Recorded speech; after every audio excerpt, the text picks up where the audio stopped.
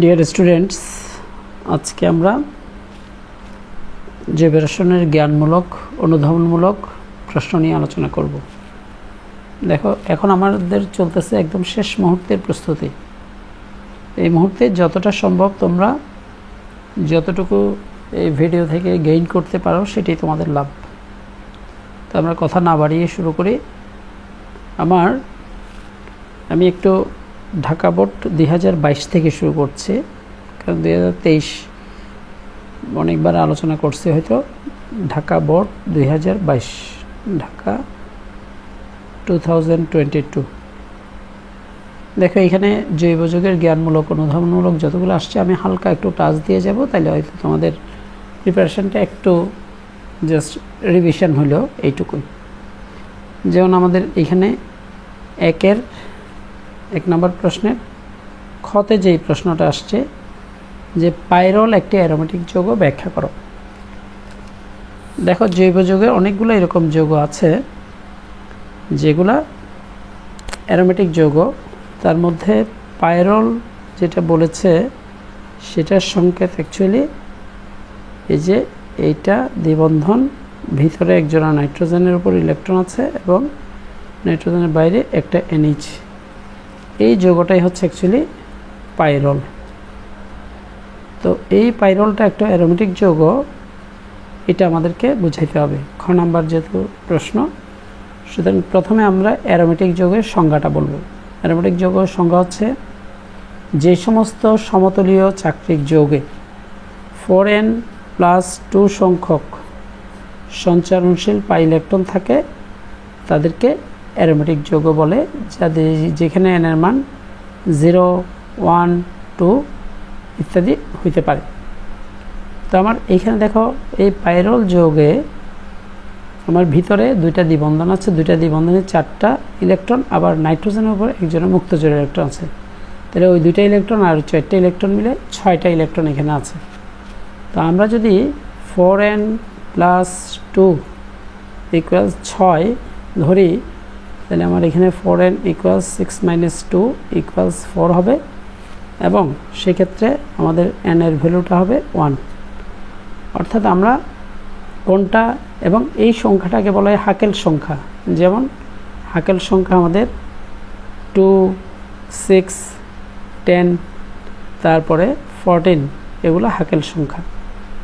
তাহলে আমার 6 একটা, এখানে 6টা পাই ইলেকট্রন আছে বলে এইটা একটা অ্যারোমেটিক যৌগ। তাহলে আমার প্রথম প্রশ্ন। এর মধ্যে তোমাদের হাকেলের নীতি যদি বলা হয়, তাহলে সেক্ষেত্রে হাকেলের নীতিও একইভাবে ব্যাখ্যা করতে পারবা, এবং সেটাও প্রশ্নে আসতে পারে। কিন্তু হাকেলের নীতিটা কি, যে সমস্ত চাক্রিক সমতলীয় যৌগে 4n+2 সংখ্যক সঞ্চারণশীল পাই ইলেকট্রন থাকে তাদেরকে অ্যারোমেটিক যৌগ বলে। এটাই হচ্ছে হাকেলের নীতি। আর হাকেলের নীতিতে কোন সংখ্যাটাই হাকেল সংখ্যা সেটা নির্ধারণ করতে হলে, ধরো বাই চান্স তোমাকে বললো যে 102 এটা হাকেল সংখ্যা কিনা।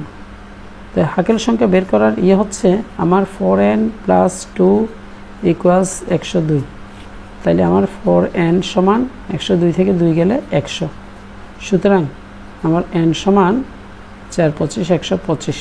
তাহলে আমরা পাইলাম n একটা ইন্টিজার বা পূর্ণ সংখ্যা, তবে সেটা 0 থেকে স্টার্ট হবে। তো এই প্রসঙ্গে আমরা আরেকটা কথা বলি, যেমন আমাদের একটু এক্সেপশনাল ক্যাটাগরি হচ্ছে যে এটা পজিটিভ আয়ন মাস, এখানে একটা ডাবল বন্ড হবে, এটার নাম হচ্ছে সাইক্লোপ্রোপিনাইল ক্যাটায়ন। এই সাইক্লোপ্রোপিনাইল ক্যাটায়নও কিন্তু একটা অ্যারোমেটিক যৌগ। কেন? কারণ এখানে মাত্র 2টা পাই ইলেকট্রন আছে, এবং আমরা যদি 4n+2 এটা সমান 2 ধরি, তাহলে 4n = 2 থেকে 2 গেলে 0, তাহলে n = 0 হবে। তাহলে আমরা আগেই বলছি n এর মান 0 থেকে শুরু করে 1, 2, 3 ইত্যাদি হয়। তাহলে এই সাইক্লোপ্রোপিনাইল ক্যাটায়ন যেহেতু n এর মান 0, সুতরাং এটা আমার হাকেল নীতি অনুসরণ করে, অর্থাৎ এটা একটা অ্যারোমেটিক যৌগ। যাই হোক, আমরা এটা নিয়ে আর কথা বাড়াবো না। এইবার আমাদের পরবর্তী এখানে 3-এর কতে যেটা দিচ্ছে, এটা অত্যন্ত ইম্পর্ট্যান্ট একটা প্রশ্ন, সেটা প্রায় আসতে পারে। ইলেকট্রোফাইল কি? তো দেখো, ইলেকট্রোফাইল এটা যদি আমরা নর্মালি এই কথাটাকে ভাগ করে বলি, ইলেকট্রো শব্দের অর্থ হচ্ছে ইলেকট্রন আর ফাইল শব্দের অর্থ হচ্ছে আকর্ষী। তার মানে ইলেকট্রন আকর্ষী পরমাণু বা আয়নকে বা যৌগকে ইলেকট্রোফাইল বলা হয়। অর্থাৎ ইলেকট্রোফাইল মানে ইলেকট্রন আকর্ষী, যাদের ইলেকট্রনের ঘাটতি আছে। যেমন আমাদের যে কোনো পজিটিভ আয়ন, ধরো ব্রোমোনিয়াম আয়ন একটা পজিটিভ আয়ন, তারপরে একইভাবে ক্লোরোনিয়াম আয়ন একটা পজিটিভ আয়ন, নাইট্রোনিয়াম আয়ন এগুলো পজিটিভ আয়ন। আবার দেখো আমাদের যেসব যৌগে মানে ইলেকট্রনের ঘাটতি আছে সেগুলো কিন্তু ইলেকট্রোফাইল, BF3, তারপর অ্যালুমিনিয়াম ক্লোরাইড এগুলা, তারপর SO3 সালফার ট্রাইঅক্সাইডও কিন্তু একটা ইলেকট্রোফাইল। কারণ সালফার ট্রাইঅক্সাইডে আমাদের যেহেতু সালফারটা ডি অরবিটাল আছে, যেহেতু তৃতীয় শক্তি স্তরমূলক, তার ভ্যাকেন্ট ডি অরবিটাল থাকে, সেখানে ইলেকট্রন গ্রহণ করতে পারে। সেজন্য sulphur trioxide is also an electrophile. তাহলে আমার ইলেকট্রোফাইলের সংজ্ঞাটা তোমরা ওইভাবে করে নিবে। তাহলে 3-এর ক 1-এর খ দুইটা পাইলাম। এরপরে আমরা এই পেজে একটু সাইড বাই সাইড করি, আমি পাতা উল্টাইলে আবার একটু হয়। তাহলে সেক্ষেত্রে আমার 5-এর কতে যেটা লিখছে, 5-এর ক 5 ক, সেটা হচ্ছে কাইরাল কার্বন কি। দেখো এটা ইম্পর্টেন্ট প্রশ্ন, কখনো কাইরাল কার্বন কি আসে অথবা কাইরাল কেন্দ্র কি সেটাও আসতে পারে। কাইরাল কার্বন কি, তাহলে সেটা হচ্ছে কাইরাল শব্দের অর্থ হচ্ছে কিন্তু অপ্রতিসম। অনেক সময় CHIRAL ইংরেজিতেও টার্মটা আসতে পারে কাইরাল কার্বন। তাহলে কাইরাল শব্দের অর্থ হচ্ছে কি অপ্রতিসম। তবে এইখানে অপ্রতিসম মানে যেই কার্বনে 4টা ভিন্ন একযোজী পরমাণু বা মূলক যুক্ত থাকে সেটাকে কাইরাল কার্বন বলে। যেমন আমরা সিম্পলি কার্বনের সাথে এখানে COOH আছে, তারপর নিচে CH3 আছে, তারপর এদিকে OH আছে এবং এদিকে ধরো হাইড্রোজেন আছে। তাহলে এটা যদিও এই যৌগের নাম হচ্ছে ল্যাকটিক অ্যাসিড এবং এটা একটা ডি ল্যাকটিক অ্যাসিড। যদি আমি একদম হুবহু যেই কথাগুলো অর্থাৎ কাইরাল কার্বন চাইছে কাইরাল কার্বন বলে দিতে পারতাম, কিন্তু এই প্রসঙ্গে এটা রিলেটেড আরও কিছু জিনিস যদি বলি তাহলে সেখান থেকে তোমরা কিছু জিনিস কালেক্ট করে কিছু পড়া কালেক্ট করে তাহলে সেক্ষেত্রে, কারণ প্রশ্ন যেহেতু এবার একটু ক্রিটিক্যাল হচ্ছে, সুতরাং একটু ইনস অ্যান্ড আউট অনেক কিছু জানতে হবে। তো আমার এই যৌগটা এটা কাইরাল কার্বন, এই কাইরাল কার্বনে 4টা ভিন্ন একযোজী পরমাণু বা মূলক যুক্ত আছে এবং এটা ডি ল্যাকটিক অ্যাসিড। কেন? কারণ ডি ল্যাকটিক অ্যাসিড হচ্ছে ডানঘূর্ণি ল্যাকটিক অ্যাসিড বা ডেক্সট্রো রোটেটরি ল্যাকটিক অ্যাসিড।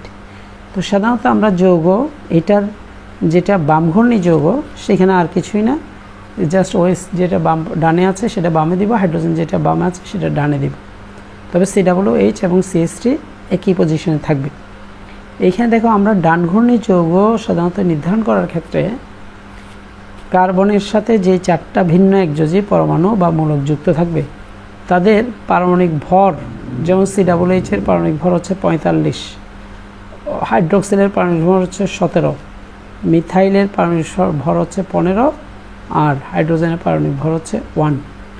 তাহলে সবার উপরে যদি আমি সবচেয়ে বেশি ভর বিশিষ্ট মূলকটা দিই বা পরমাণুটা দিই এবং ডান দিকে ঘুরতে ঘুরতে যদি মূলকটার ভর মূলকগুলোর ভর কমে আসে, যেমন 45-এর পরে 17, 17-এর পরে 15, 15-এর পরে 1, এটা ডান দিকে ঘুরতে ঘুরতে আস্তে আস্তে কমে আসছে, সেই জন্য এটা ডানঘূর্ণি। আবার একইভাবে আমরা যদি এইভাবে দেখি কার্বনের উপরে COOH, তারপর অন্যদিকে HO বা OH আর CH3 এইখানে এবং Hটা এখানে, তখন এটার দর্পণ প্রতিবিম্ব। ঠিক আছে, আগে এখানে এবং এইখানেও তোমার ওই জিনিসটা মেনটেন করবে যে আমার COOH মূলকের ভর সবচেয়ে বেশি, তারপরে ধীরে ধীরে এই উল্টা দিকে অ্যান্টি ক্লকওয়াইজ ঘুরতে ঘুরতে যদি ভরগুলো আস্তে আস্তে আস্তে আস্তে কমে আসে তাহলে সেটা হচ্ছে L ল্যাকটিক অ্যাসিড বা মাইনাস ল্যাকটিক অ্যাসিড, বা এটাকে বাম ঘূর্ণি ল্যাকটিক অ্যাসিড বলে, বা এটা লেভো রোটেটরি ল্যাকটিক অ্যাসিড বলে। তাহলে এটা নিয়ে আর আমার কথা নাই। এবার আমরা এই চেঞ্জ করি। তবে এখানে আরেকটা আছে, সেটা এই প্রসঙ্গে একটু বলে নিই। আমার এই প্রশ্নটাই অত্যন্ত ইম্পর্ট্যান্ট একটা প্রশ্ন, সেটা হচ্ছে রেসিমিক মিশ্রণ বলতে কি বুঝো। রেসিমিক মিশ্রণ। এটা প্রতিবারেই আমাদের জন্য খুবই ইম্পর্ট্যান্ট, রেসিমিক মিশ্রণ, বা এটার আরেকটা নাম হচ্ছে এটাকে রেসিমারও বলা হয়। রেসিমার বলতে কি বোঝো? সেটা হচ্ছে আমাদের ডান ঘূর্ণি যৌগগুলা এক সমতলীয় আলোর তলকে ডান দিকে ঘুরায়, আবার বাম ঘূর্ণি যৌগগুলা এক সমতলীয় আলোর তলকে বাম দিকে ঘুরায়। যেমন এই যে ল্যাকটিক অ্যাসিড আবর্তন কোণের মান +1.21 ডিগ্রি এবং এটা হচ্ছে -1.21 ডিগ্রি। তো যখন আমার রেসিমিক মিশ্রণ যেটা আমরা বলি যে সমমোলার পরিমাণ ডান ঘূর্ণি এবং বাম ঘূর্ণি সমানুর মিশ্রণকে আমরা এইভাবে বলতে পারি সমমোলার, ইকুইমোলার, সমমোলার বাম ঘূর্ণি ও ডান ঘূর্ণি সমানুর মিশ্রণকে, বাম ঘূর্ণি প্লাস ডান ঘূর্ণি সমানুর মিশ্রণকে রেসিমিক মিশ্রণ বলে। এবং রেসিমিক মিশ্রণ একটা আলোক নিষ্ক্রিয় যৌগ। রেসিমিক মিশ্রণ কেন আলোক নিষ্ক্রিয় সেটাও পরীক্ষায় প্রশ্ন আসে, যে যেহেতু রেসিমিক মিশ্রণ সমমোলার পরিমাণ বাম ঘূর্ণি এবং ডান ঘূর্ণি সমানুর মিশ্রণ, একটি সমানুর যত ডিগ্রি কোণে ডান দিকে ঘুরাবে অন্য সমানুরের ঠিক তত ডিগ্রি কোণে উল্টো দিকে ঘুরিয়ে পরস্পরকে নিষ্ক্রিয় করে দেয় বলেই রেসিমিক মিশ্রণ আলোক নিষ্ক্রিয়। তাইলে আমরা এনাদের পাইলাম। তবে এর মধ্যে মাঝে আমাদের আরেকটা প্রশ্ন রয়ে গেছে, রেসিমিক মিশ্রণ, কিন্তু এটা 6-এর ক এর আনসার, 6 ক, কিন্তু আমাদের 5-এর খতে একটা আনসার রয়ে গেছে, যেটা যদিও অ্যারোমেটিক যৌগ বলে আমি একটু সেটা এই মুহূর্তে অ্যাভয়েড করলাম, তবে এই প্রসঙ্গে এখন বলে দিলাম। এই প্রশ্নটাও খুব ইম্পর্টেন্ট, যেহেতু ঢাকা বোর্ড 2022-এ এসছে, সুতরাং আমরা এই প্রসঙ্গে এটা একটু আলোচনা করতে পারি। সেটা হচ্ছে এনিলিনের নাইট্রেশনে মেটা উৎপাদ পাওয়া যায় কেন, বা এনিলিনের নাইট্রেশন মেটা অবস্থানে ঘটে কেন। দেখো আমার এনিলিন যৌগটা হচ্ছে NH2, এটার সাথে যদি আমি নাইট্রিক অ্যাসিড বিক্রিয়া করি, তখন নাইট্রিক অ্যাসিড কিন্তু সালফিউরিক অ্যাসিডের উপস্থিতিতে বিক্রিয়া করে। তো সুতরাং এই বিক্রিয়ায় আমাদের যেই যৌগটা পাওয়া যাবে সেই যৌগটার নাম হবে মেটা নাইট্রো এনিলিন। NH2 এখানে থাকবে, কিন্তু NO2টা এই পজিশনে পাওয়া যাবে, প্লাস H2O। দেখো এটা আমরা অর্থপ্যারা নির্দেশক যারাই জানে তারা কম বেশি এটা সম্পর্কে অবগত আছে, যে সেটা হচ্ছে আমাদের এই যে NH2 মূলক যেটা আছে সেটা কিন্তু অর্থপ্যারা নির্দেশক। তো অর্থপ্যারা নির্দেশক হলে সাধারণত নতুন ইলেকট্রোফাইল যেটা আছে সেটা অর্থ এবং প্যারা পজিশনে আসার কথা, অর্থাৎ এনিলিনের নাইট্রেশনে অর্থ নাইট্রো এনিলিন এবং প্যারা নাইট্রো এনিলিন পাওয়া যাওয়ার কথা। কিন্তু এই নাইট্রেশন বিক্রিয়ায় যেহেতু সালফিক অ্যাসিডের সাথে প্রথমে বিক্রিয়া করে, তাহলে তখন আমাদের এই এনিলিন যেটা আছে, এনিলিনে নাইট্রোজেনের উপর একজোড়া মুক্তজোড় ইলেকট্রন আছে। এই মুক্তজোড় ইলেকট্রন তখন অ্যাসিডের হাইড্রোজেন আয়নের সাথে যুক্ত হয়ে আমাদের এনিলিয়াম আয়ন নামক একটা আয়ন গঠন করে, এই যে NH3+। এই NH3+টার নাম হচ্ছে এনিলিয়াম আয়ন। তো যেহেতু এনিলিয়াম আয়নে তখন নাইট্রোজেনের উপর আর মুক্তজোড় ইলেকট্রন থাকে না, ফলে এটা রেজোনেন্সে অর্থপ্যারা পজিশনে কোনো ইলেকট্রনের ঘনত্ব বাড়তি হয় না। তখন উল্টা কার্বনের চেয়ে নাইট্রোজেন একটু বেশি ইলেকট্রোনেগেটিভ বলে বেনজিন রিং থেকে ইলেকট্রন টেনে নেয় এবং মেটা অবস্থানে ইলেকট্রনের ঘনত্ব কিছুটা হলে তখন বেশি থাকে, কারণ অর্থপ্যারা পজিশনে ইলেকট্রনের ঘনত্ব কমে যায়, মেটা পজিশনে তুলনামূলকভাবে ইলেকট্রনের ঘনত্ব বেশি থাকে বলে এইটার নাইট্রেশন বিক্রিয়া মেটা উৎপাদ পাওয়া যায়।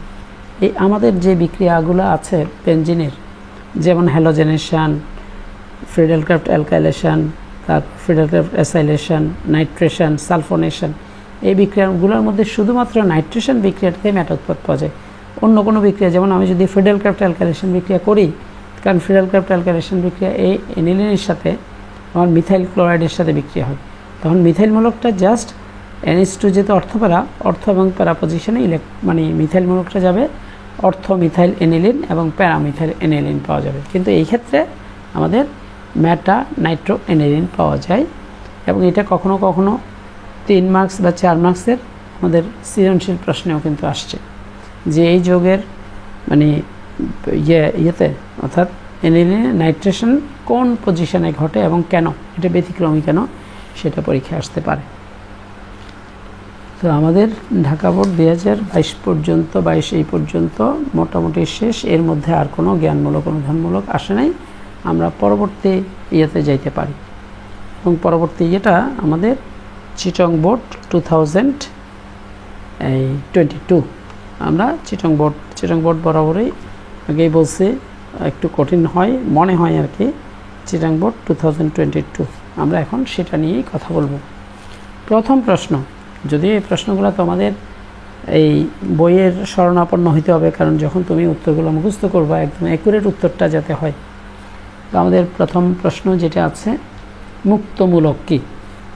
মুক্তমূলক অ্যাকচুয়ালি একটি মাত্র ইলেকট্রন সমৃদ্ধ পরমাণু বা আয়নকে মুক্তমূলক বলা হয়। যেমন ব্রোমিন, এটার সাথে যখন একটা ইলেকট্রন থাকবে, কারণ এটা হয় কিভাবে, সমযোজী বন্ধনে আবদ্ধ দুটি পরমাণুর সুষম বিভাজনে সৃষ্ট একক ইলেকট্রনযুক্ত পরমাণু বা আয়নকে মুক্তমূলক বলা হয়।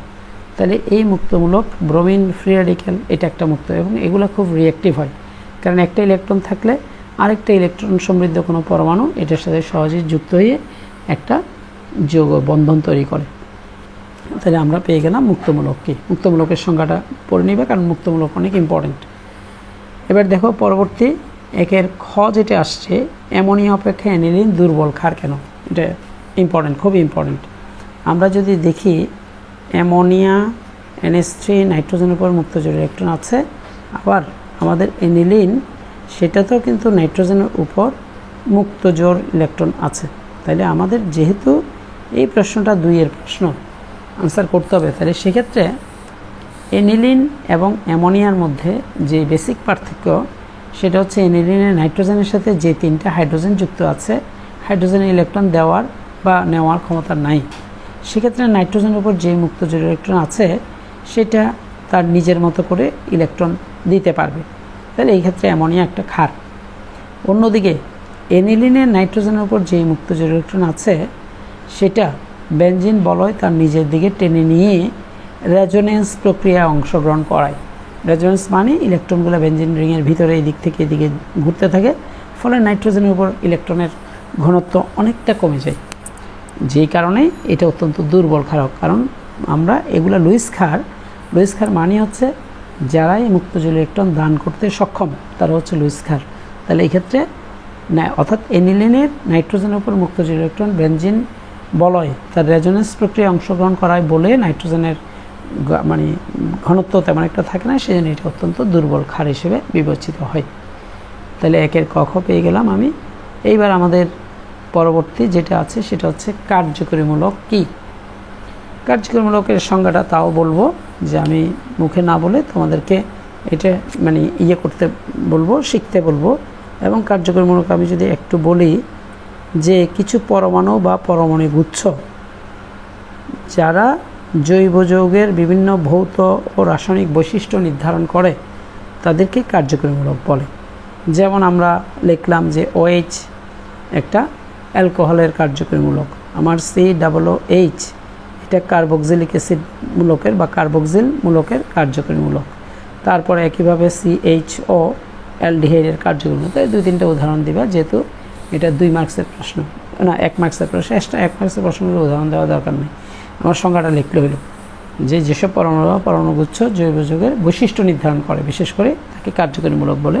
ইংরেজিতে এটাকে বলে functional group. What is functional group? তাহলে ওইভাবে আনসার করবা। তার পরবর্তী আমাদের লেখা আছে বেনজিন ইথাইনের একটি পলিমার। খুবই ইম্পর্টেন্ট প্রশ্ন। আমরা যখনই ethyne CH triple bond CH এটা 3টা অণু যখন আমরা আয়রন নলের ভিতর দিয়ে 400 থেকে 500 ডিগ্রি সেন্টিগ্রেড তাপমাত্রায় এটার ভিতর দিয়ে চালনা করব, তখন 3 অণু বেনজিন একত্রে যুক্ত হয়ে 3 অণু ইথাইন একত্রে যুক্ত হয়ে আমার বেনজিন উৎপন্ন করে। তাহলে একাধিক পরমাণু একত্রে যুক্ত হয়ে যখন একটা বৃহদাকার পরমাণু তৈরি করে সেটাকে আমরা পলিমার বলি। তাহলে এটা যদিও আমরা ট্রাইমার বলতে পারতাম, যে বেনজিন ইথাইনের একটি ট্রাইমার অণু, আর এখানে ইথাইন হচ্ছে মনোমার আর বেনজিন হচ্ছে পলিমার। তাহলে বেনজিনের এটা উদাহরণ দিয়ে তুমি জাস্ট লিখে দিবা, যেহেতু এখানে পলিমার বলতে যেখানে মোর দেন ওয়ান একাধিক পরমাণু একাধিক যৌগ যখন একত্রে মিশ্রিত হয়ে এই বড় ধরনের একটা অণু তৈরি করে তাকে পলিমার অণু বলে। পলি শব্দের অর্থ হচ্ছে বহু, আর মার বা মেরস শব্দের অর্থ হচ্ছে অংশ। তাইলে পেয়ে গেলাম একের ক খ। এইবার আবারও কিছুক্ষণ আগে আলোচনা করা জিনিসটা আসছে, রেসিমিক মিশ্রণ কি? 1 মার্কসের প্রশ্ন। তাইলে আমরা সংক্ষেপে লিখব, রেসিমিক মিশ্রণ হচ্ছে সমমোলার ডান ঘূর্ণি এবং বাম ঘূর্ণি সমাণুর মিশ্রণকে রেসিমিক মিশ্রণ বলে, বা এটাকে রেসিমারও বলা হয়। রেসিমার আমরা যেটা বলবো সেটা হচ্ছে কি সমমোলার, এবং এরা আলোক নিষ্ক্রিয় কেন? কারণ একটি সমাণু যত ডিগ্রি কোণে ডান দিকে ঘুরাই, অন্য সমাণুটা ঠিক তত ডিগ্রি কোণে বাম দিকে ঘুরিয়ে পরস্পরের নিষ্ক্রিয় করে দেয় বলে রেসিমিক মিশ্রণ আলোক নিষ্ক্রিয়। এবার দেখো, ফরমেসকেসের একটি বিজারক আমরা HCOOH, এটা যখন আমরা এই যে CuOH হোল 2 প্লাস এই সোডিয়াম হাইড্রোক্সাইডের সাথে বিক্রিয়া করে, তখন কিন্তু আমরা জানি যে অ্যালডিহাইড এটা এই বিক্রিয়া করে। এই আমার এখানে কপারের বিজারণ হয়, এটা HCOOH, আমরা এখানে এইভাবে লিখতে পারি HCOOHটা HCOOH এই যৌগটা। তাহলে এই যৌগটা যেহেতু আমার কপার হাইড্রোক্সাইডের সাথে বিক্রিয়া করে, কপার হাইড্রোক্সাইড এক্ষেত্রে বিজারিত হয় আর এটা হয় জারিত হয়। তাহলে যেহেতু যার জারণ ঘটে সে কিন্তু বিজারক, এবং এটা বিক্রিয়া করে এই জন্য যে, কারণ এখানে এই যে লাস্টের যে অংশটা আছে সেই অংশে এটা কার্বক্সিলিক অ্যাসিড হওয়া সত্ত্বেও এই অংশে CHO মূলকটা বিদ্যমান বলেই এটা অ্যালডিহাইডের মতো বিজারক হিসেবে আচরণ করে। তাহলে ফরমিক অ্যাসিড একটা বিজারক, সেটা আমরা প্রমাণটা পেয়ে গেলাম।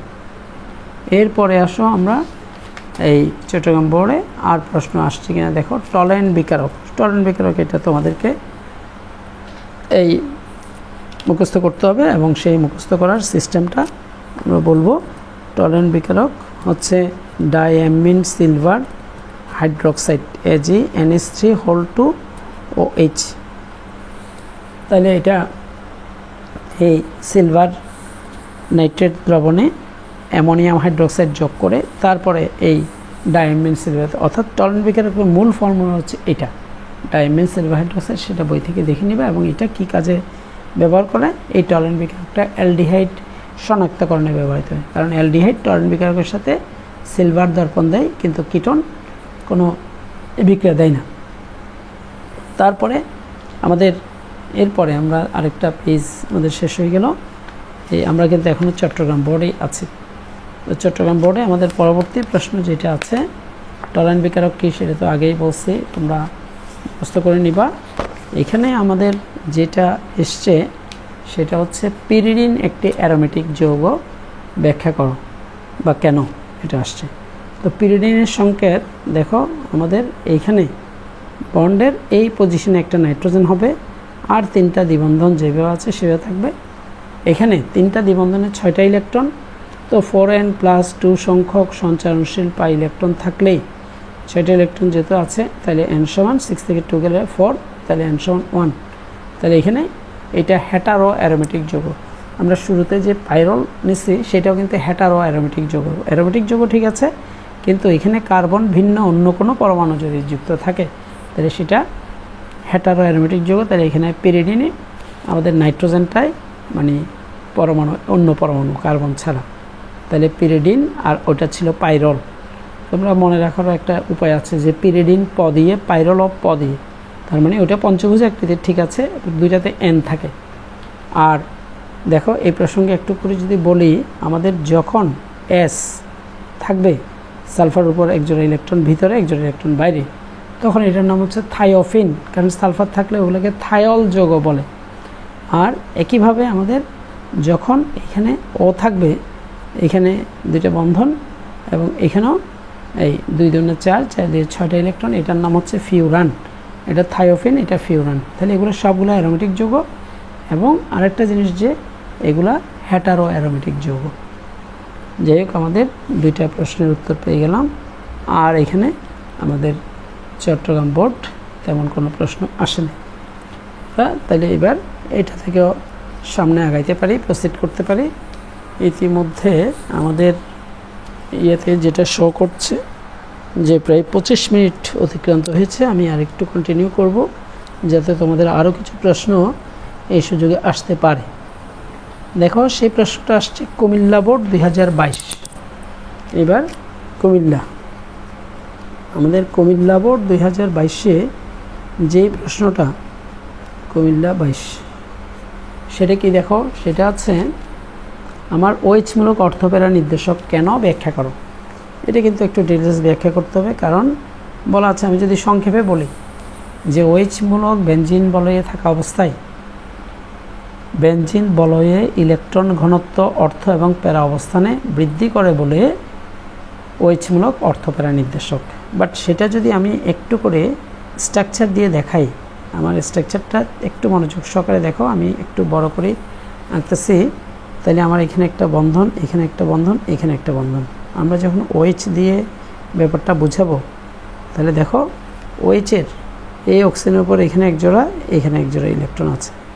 তাহলে আমি পরবর্তী স্ট্রাকচার যেটা হবে, এই ইলেকট্রনগুলো বেনজিন রিংয়ে এখানে টানবে, ফলে এখানে দ্বিবন্ধন হবে এবং এই দ্বিবন্ধনের প্রভাবে এই দ্বিবন্ধনটার ইলেকট্রনগুলো এখানে চলে আসবে। তাইলে পরবর্তী আমাদের যে যৌগটা আমরা এখানে লিখব, সেই যৌগটা অনেকটা এরকম। আমি যদি এইখানে দেখাই একটু করে, যে যখনই আমার এখানে অক্সিজেনের এখানে ডাবল বন্ড হয়ে যাবে, ও এর সাথে এইচ এক জোড়া ইলেকট্রন থাকবে এবং ইলেকট্রন এক জোড়া চলে আসাতে তার উপর একটা পজিটিভ চার্জ। আর এই অংশটা এখানে যেহেতু একটা নেগেটিভ মানে ইলেকট্রন বৃদ্ধি পাবে, যেহেতু এই বন্ধনটা ভেঙে, আর বাকি যে দুটো বন্ধন আছে অ্যাজ ইট ইজ এগুলো থেকে যাবে। এইবার এগুলোকে রেজোনেন্স বলে।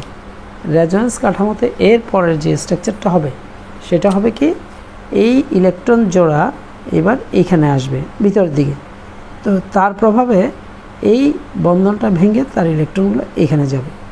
তাহলে তখন আমরা এটার স্ট্রাকচারটা এইভাবে লিখতে পারব যে আমার তৃতীয় যে স্ট্রাকচারটা হবে, উপরে যা আছে ডাবল বন্ড, ও এর সাথে এইচ এক জোড়া ইলেকট্রন পজিটিভ চার্জ, এগুলো সব থেকে যাবে।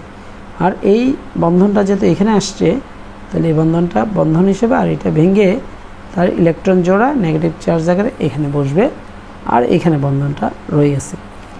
এরপরে আমাদের পরবর্তী স্ট্রাকচার আমি নিচে করে আঁকতেছি, সেটা কি দেখো, সেটা হবে এইবার এই যে দুইটা ইলেকট্রন আছে এগুলা এইখানে গিয়ে বন্ধন, ভিতরে বন্ধন তৈরি করবে, তার প্রভাবে এটা ইলেকট্রন জোড়া ভেঙে বন্ধনটা ভেঙে তার ইলেকট্রনটা এখানে আসবে।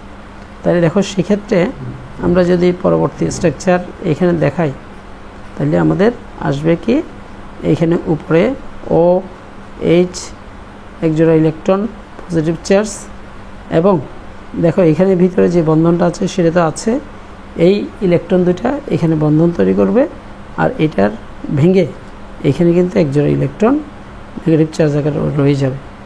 এবার আমাদের ফাইনাল স্ট্রাকচারটা কি দেখো, সেই স্ট্রাকচারটা হচ্ছে, আমরা যদি এখানে দেখাই, এখানে বেনজিন রিং আঁকলাম, বেনজিন রিং এঁকে তার মধ্যে আমরা যেটা দেখাবো সেটা হচ্ছে কি দেখো, এখানে যে ইলেকট্রন দুটো আছে সেটা এবার এইখানে বন্ধন তৈরি করবে, এইটার প্রভাবে এটার দ্বিবন্ধন ভেঙে গিয়ে তার ইলেকট্রনগুলো আবার আগের জায়গায় দিয়ে দিবে। তখন আগের জায়গায় দিলে আমরা যদি এইটাকে আর একটু আমরা ইয়েতে দেখাই, চিত্র যথাসম্ভব সুন্দর হবে। তাহলে ও এর সাথে এইচটা আছে দুইটা ইলেকট্রন, আরও দুইটা ইলেকট্রন এখান থেকে চলে আসছে, আর এটার দ্বিবন্ধনটা এখানে গঠিত হইল, আর এখানে। তাহলে দেখো আমাদের যেই স্ট্রাকচারগুলো আঁকছি তার মধ্যে এটা যদি নাম্বার 1 স্ট্রাকচার হয়, এটা যদি নাম্বার 2 স্ট্রাকচার হয়, এটা যদি নাম্বার 3 স্ট্রাকচার হয়, তিনটা স্ট্রাকচারে দেখা যাচ্ছে বেনজিনের অর্থ, প্যারা এবং অর্থ তিনটা পজিশনে ইলেকট্রনের ঘনত্ব বেড়ে যায়। ফলে নতুন ইলেকট্রোফিলিক প্রতিস্থাপন বিক্রিয়া মানে আরেকটা ইলেকট্রোফাইল এসে এখানে প্রতিস্থাপন বিক্রিয়াটা ঘটাবে। তাইলে যেহেতু বেনজিন বলয়ে অর্থ এবং প্যারা অবস্থানে স্পেশালি ইলেকট্রন ঘনত্ব বাড়তি আছে, সেই জন্য নতুন ইলেকট্রোফাইলটা যার ইলেকট্রন ঘাটতি আছে সে এসে অর্থ এবং প্যারা অবস্থানে যুক্ত হয়। সেই জন্য আমাদের ওয়েজ মূলক অর্থকারী নির্দেশক। যাই হোক, এগুলা ডিটেলস তোমরা করে নিবা, আমি স্ট্রাকচারটা জাস্ট বোঝানোর জন্য, কারণ অনেক সময় এই জিনিসটাই আবার তোমার বড় প্রশ্ন হিসেবে গ বা ঘতে আসতে পারে। তাহলে এই প্রসঙ্গে আমরা কুমিল্লা বোর্ডে একটা প্রশ্ন পাইলাম। দ্বিতীয় প্রশ্ন আমরা ইতিমধ্যে কিছুক্ষণ আগেই আলাপ করেছি, সেটা হচ্ছে মুক্তমূলক কী। মুক্তমূলক আমরা আবারও বলবো, সমযোজী বন্ধনে আবদ্ধ পরমাণুর বিষম বিভাজনে সসম বিভাজনের মাধ্যমে ভেঙে যে একক ইলেকট্রন সমৃদ্ধ পরমাণু বা আয়ন উৎপন্ন করে তাকে মুক্তমূলক বলে। মুক্তমূলক কিন্তু খুব সক্রিয় হয়। কুমিল্লা বোর্ড বরাবরই আমার মনে হয় ওই ইয়েকে তেমন একটা জৈব যৌগ তেমন একটা পছন্দ করে না, সেই জন্য এখানে আর পাইলাম না। আচ্ছা, আরও আছে, সরি। পরবর্তীতে আমাদের এনিলিনের ক্ষারকত্ব, যদি এনিলিনের ক্ষারকত্ব একটাই আমরা দেখিয়েছি, সেটা হচ্ছে এনিলিন অপেক্ষা এনিলিন অত্যন্ত দুর্বল ক্ষারক। কেন? এবার আমাদের যেটা আসছে সেটা ক্ষতে NH3 ও CH3 NH2 এর মধ্যে NH3, এবার আগের তুলনা ছিল NH3 এর সাথে এনিলিন, বাট এইবার CH3 NH2 এই দুটোর মধ্যে কোনটা অধিক ক্ষারীয়? এইখানে নাইট্রোজেনের উপর মুক্তজোড় ইলেকট্রন আছে, এইখানেও আছে, কিন্তু আমাদের মিথাইলমূলকটা ধনাত্মক আবেশধর্মিতার কারণে, কারণ মিথাইলমূলকে ইলেকট্রন যোগান দেওয়ার একটা টেন্ডেন্সি আছে, তাহলে মিথাইলমূলক ইলেকট্রন যোগান দিয়ে নাইট্রোজেনের উপর ইলেকট্রন ঘনত্ব আরও বাড়িয়ে দেয়, ফলে অ্যামোনিয়া যতটা না ইজিলি ইলেকট্রন দিবে, কারণ সে এমনিতেই নর্মালি দেয়, তার উপর কারো কোনো প্রভাব নাই। অন্যদিকে 1 ডিগ্রি অ্যামিন বা মিথাইল অ্যামিন যখন ইলেকট্রন যোগান পায়, তখন তার পক্ষে ইলেকট্রন দেওয়া আরও সহজতর হয়। সেজন্য আমার মিথাইল অর্থাৎ অ্যামোনিয়া অপেক্ষা মিথাইল অ্যামিন সবল ক্ষার, এইটা দুর্বল ক্ষার। কে বেশি ক্ষারীয়? তাহলে এটাই বেশি ক্ষারীয়। তারপরে আছে আমাদের এখানে প্যারাফিন। দেখো, প্যারাফিন সম্পর্কে যদি বলতে যাই, প্যারা শব্দের অর্থ হচ্ছে কম, আর এফিন বা এফিনিটি শব্দের অর্থ হচ্ছে সামর্থ্য, কম সামর্থ্য বা কম আসক্তি বিশিষ্ট। আমাদের যে কোনো অ্যালকেনে যেহেতু কার্বন কার্বন সিঙ্গেল বন্ড আছে, সেখানে কোনো বন্ধন ভাঙে না, সহজে কারোর সাথে বিক্রিয়া করে না, সেজন্য অ্যালকেনকে সাধারণত প্যারাফিন বলা হয়। তারপরে আমার এখানে খুব ইম্পর্ট্যান্ট একটা প্রশ্ন আসছে, এটাও তোমাদের আমি বলবো যে তোমরা এটা বই থেকে দেখে নিও। ওটস বিক্রিয়ায় শুষ্ক ইথার ব্যবহার করা হয় কেন? এখন দেখো, ওটস বিক্রিয়া হচ্ছে আমাদের CH3Cl এর দুইটা অণু আমার ধাতব সোডিয়ামের সাথে বিক্রিয়া করে এবং সেটা শুষ্ক ইথারের উপস্থিতিতে বিক্রিয়া করে আমাদের একটা উচ্চতর অ্যালকেন প্রস্তুত করে। আমরা অ্যালকেনটা যদি ধরি, তাহলে CH3CH3 প্লাস 2 সোডিয়াম ক্লোরাইড, এটা 2 অণু সোডিয়াম লাগবে। এখানে একটা জিনিস দেখো, শুষ্ক ইথার কেন, আর্দ্র ইথার কেন নয়? আমরা জানি এখানে যদি জলীয় বা পানি দিতাম, সেই পানিটা সোডিয়ামের সাথে বিক্রিয়া করে সোডিয়াম হাইড্রোক্সাইড এবং সাথে প্রচুর পরিমাণে তাপসহ ধরে আগুন ধরে যেতে পারত। সেই জন্য আমার সোডিয়ামটা যেহেতু এখানে ক্লোরাইডকে নিয়ে দুইটা মিথাইলমূলক একসাথে যুক্ত হয়ে বা অ্যালকাইলমূলক যুক্ত হয়ে উচ্চতর অ্যালকেন, তাহলে আমি যদি আর্দ্র নিতাম, তাহলে ওই আর্দ্র ইথারের পানিটা সোডিয়ামের সাথে বিক্রিয়া করে আগুন সহ জ্বলে উঠত এবং সোডিয়াম হাইড্রোক্সাইড উৎপন্ন যেত, তাহলে আমাদের এই প্রক্রিয়াটা আর সম্পাদন করা যেত না। সেজন্য এই বিক্রিয়ায় শুষ্ক ইথার ব্যবহার করা হয়, আর্দ্র ইথার ব্যবহার করা হয় না।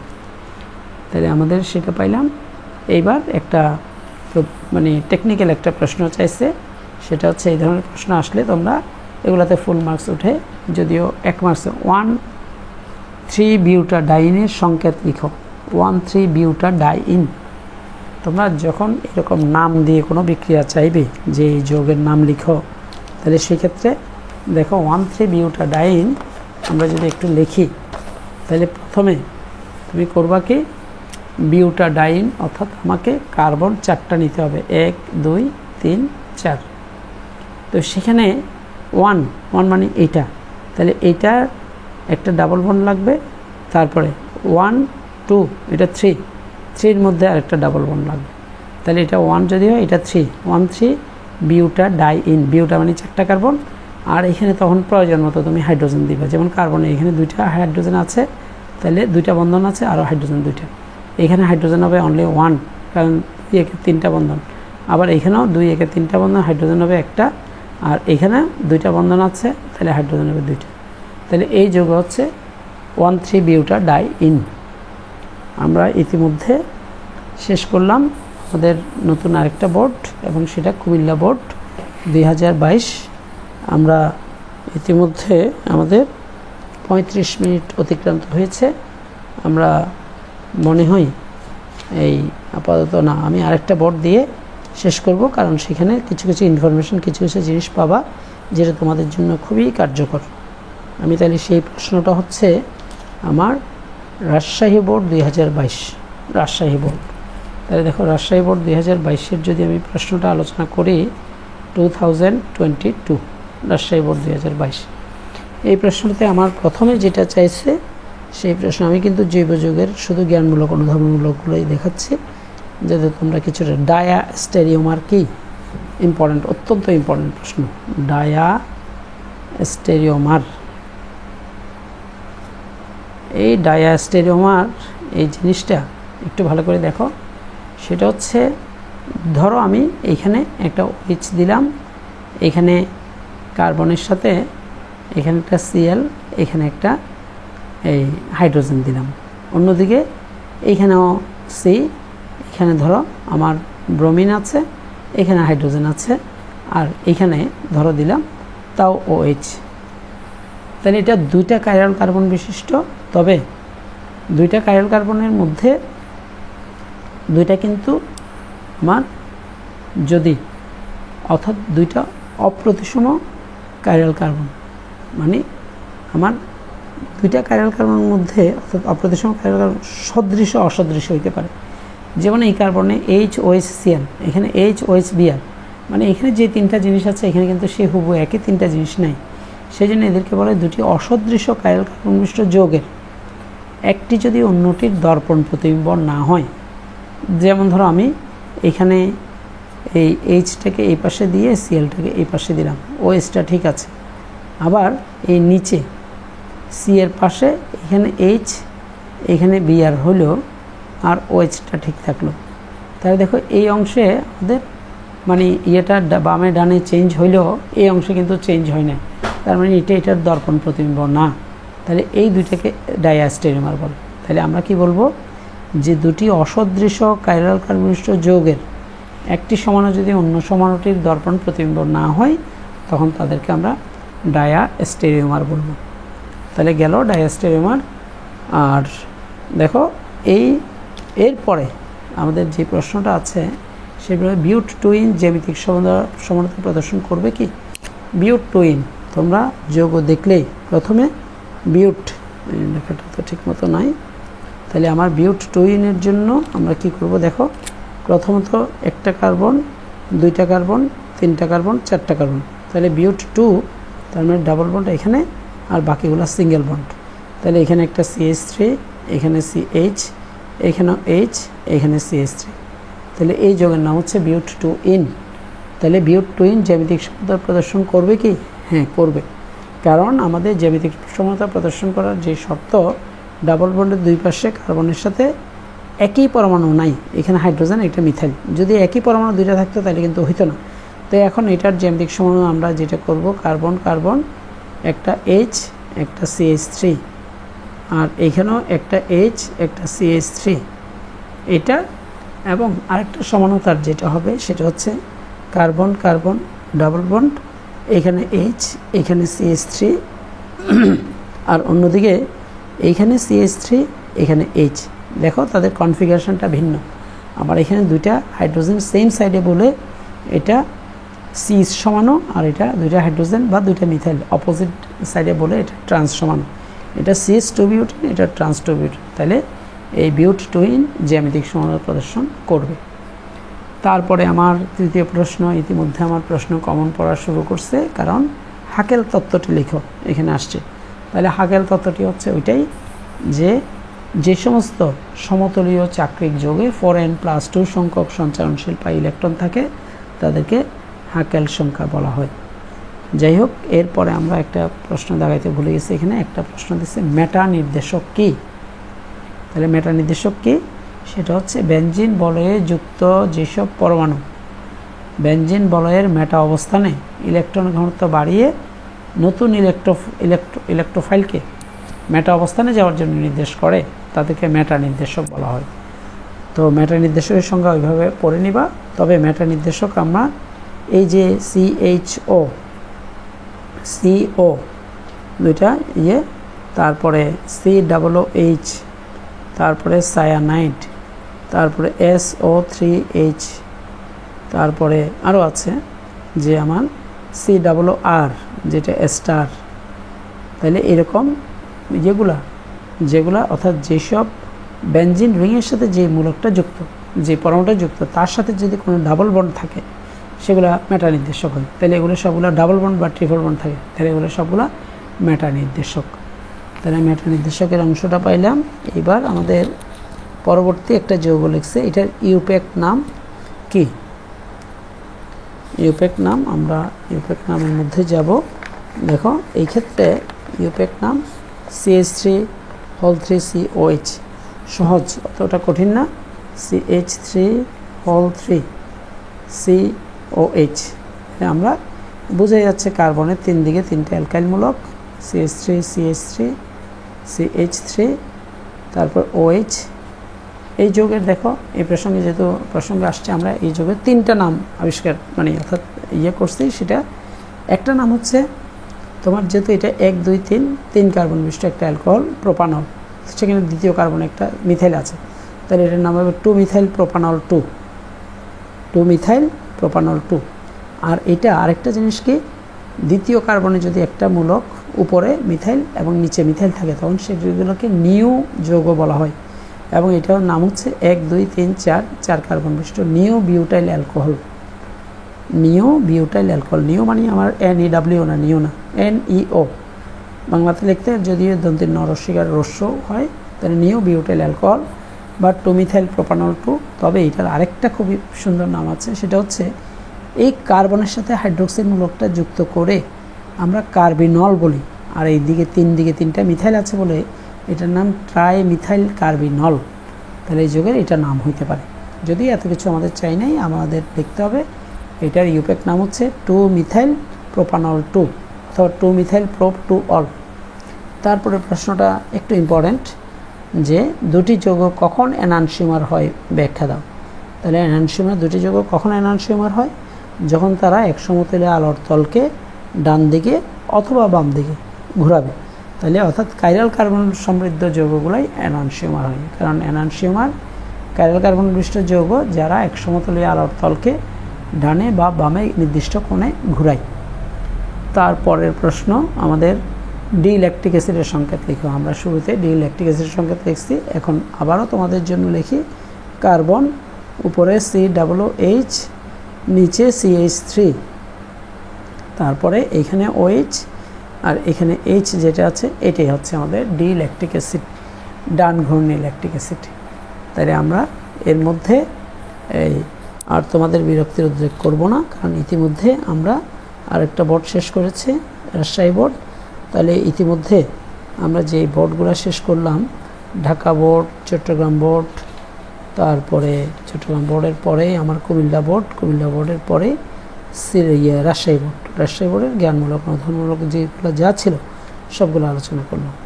তাইলে মোটামুটি এইভাবে আমাকে প্রসিড করতে হবে। তো আমরা পরবর্তী ইয়েতে তোমাদের রিকোয়ারমেন্ট অনুসারে তোমরা যেটা চাও আমি সেটা নিয়েই ভিডিও করব। আশা করি ভিডিওগুলো তোমাদের অনেক উপকার দেবে। Best of luck. আমি টোটাল জৈব যৌগের উপর একটা ভিডিও রেডি করছি, একসাথে তোমরা সেটা পাবে। আর আমাকে মাঝে মধ্যে নক দিবে যে কোন ভিডিওটি তোমাদের ভালো লাগছে, কিংবা কোন ধরনের ভিডিও করলে, কি ভিডিও করলে তোমরা এই মুহূর্তে তাৎক্ষণিকভাবে অনেক উপকৃত হবে। ওকে, বেস্ট অফ লাক, খোদা হাফেজ।